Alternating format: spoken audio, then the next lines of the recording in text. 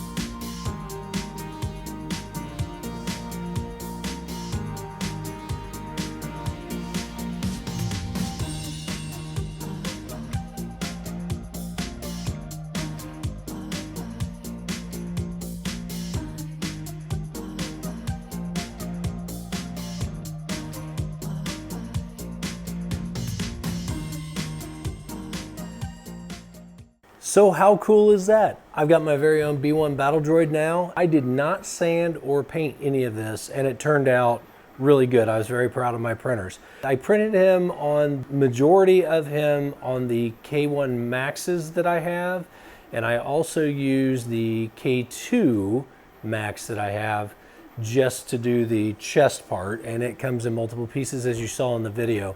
And boy, what a cool thing to have. You know, how many people can say they have their own B1? Not a ton. Don't even think about it. The files came from Droid Division, and I have to say, great files. I mean, they're wonderful files. One of my previous videos, I'll leave a link up top here. I did K2's head and a stand for him. They just make great files. This thing really turned out well.